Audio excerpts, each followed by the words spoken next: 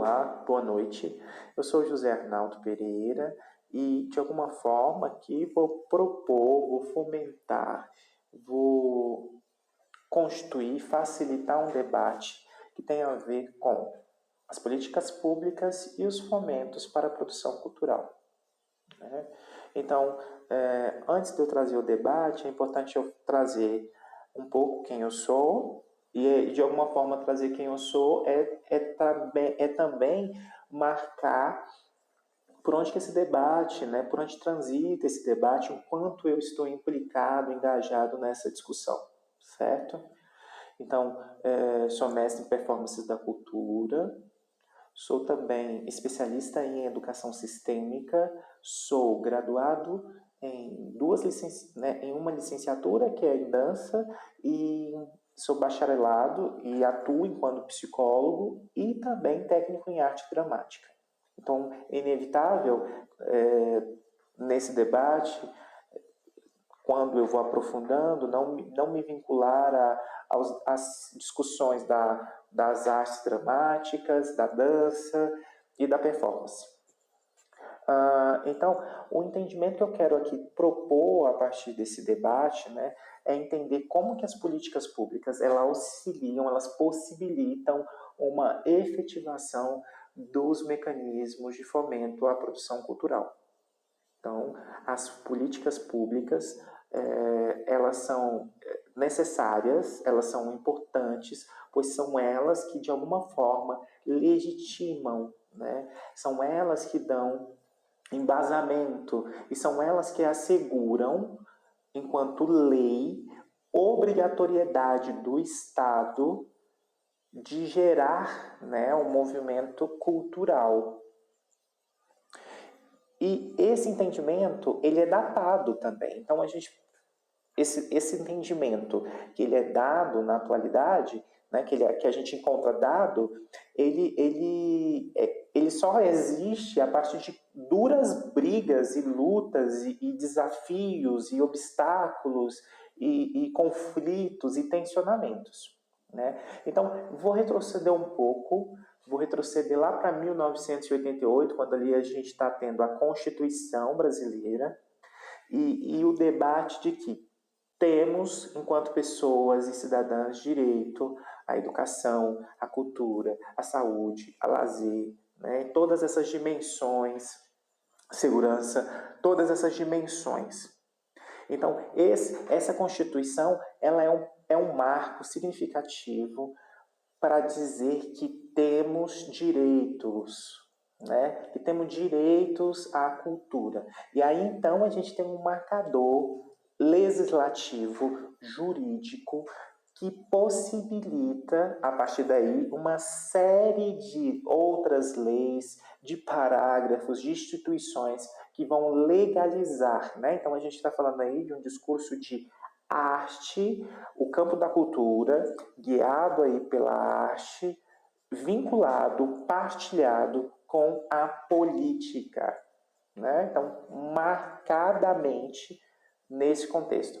E marcadamente num campo de público, quer dizer, que quando a gente fala de público, a gente está falando de grande proporção, a gente está falando das leis da nação, né, de um regimento que guia, que norteia um recorte geográfico, né? Então, a gente está falando de uma série de coisas quando a gente fala de políticas públicas, né? Certo, então esse é o marcador. Começa aí o debate que eu quero propor enquanto evento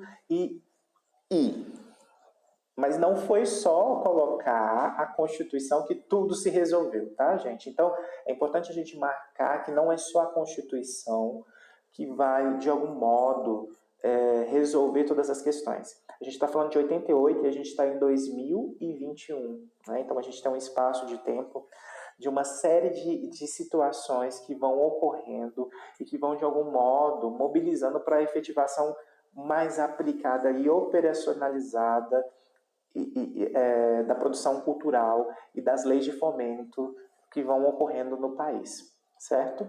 Então, a gente tem isso em uma série de debates, de confrontos, de lutas, de busca dos movimentos sociais, da sociedade civil. A gente tem os sindicatos, né? A categoria artística, que vai, de alguma forma, pressionando, mobilizando o Estado. E aí uma série de leis, de legislações, de instituições vão sendo criadas a fim de fomentar, né? De fomentar, de gerar coisas, de gerar editais, de gerar leis, de gerar programas que vão abrigar e que vão fomentar, que vão nutrir a classe né, trabalhadora artístico-cultural. É certo que esse embate ele é guiado por algumas questões, tensões aí, vinculado também às políticas vigentes. Então, é um discurso de uma política capitalista. Então, vamos entender um pouco o nosso cenário sociopolítico. Então, a gente vive uma realidade capitalista em que é mais legitimado e mais valorado a utilidade das coisas. Logo, a arte ela foi distanciada desse debate. Em algum momento é perguntado para que serve a arte? Né? E aí faz muito sentido a gente pensar o porquê uma constante luta e uma constante debate, né, do que serve a arte. Né? Então, acho que pensar a palavra capitalismo e utilidade quer dizer, que é muitas vezes questionado na produção cultural, é uma das questões. E quando a gente fala, então, de políticas públicas, então a gente está falando de, até elas existirem, a gente está falando de todo esse movimento que foi mencionado, mas aí eu estou falando também de instâncias, né? Estou falando de instância federal, estou falando de instância estadual, estou falando de órgãos, eu estou falando de instituições, eu estou falando de leis, de uma série de leis que vão formando uma tessitura, um tecido, e que vão legitimando, criando editais, né? Criando programas de incentivo à produção cultural. Então, estou falando de todas essas esferas, federal, estadual, municipal, e sim, a comunitária também ela é importante na manutenção e na efetivação dessa produção cultural. Para além disso, então, eu vou mencionar aqui para vocês algumas instituições que estão aí, né, que mobilizam essa produção cultural. Então, quando a gente fala, por exemplo, do IFAM, da Ancine, quando a gente fala da extinta Funarte, o IBRAM, o FBN, o FCP, o FCRB, são todas, né, a Fundação Casa do Rui Barbosa, a Fundação Cultural Palmares, são todas instituições culturais, né? Então são instituições que têm pessoas ali qualificadas, ou em alguns momentos históricos tiveram pessoas qualificadas, e que auxiliam no entendimento na efetivação, no debate dessas políticas públicas e que mobilizam muitas coisas, né? E aí a gente tem uma série de leis, né? Então a gente tem o Fundo Nacional de Cultura, o Fundo de Investimentos Culturais, a Lei Rouanet, a Lei de Incentivo, aí mais regional, né? A gente tem a Lei de Incentivo Goiás, que está aí no processo, né, de transformação, ou de existência ou inexistência, a Lei de Incentivo Municipal de Goiânia, o Fundo de Arte e Cultura de Goiás, e na situação da pandemia a gente está aí vivenciando a Lei Aldir Blanc, né, projetos como Respirarte, que está imobilizando o contexto da pandemia para que ainda aconteça a produção cultural. Então, é importante aqui trazer que todo esse processo, ele se dá num processo histórico, e aí sim vai tendo as políticas públicas aliadas ao incentivo cultural.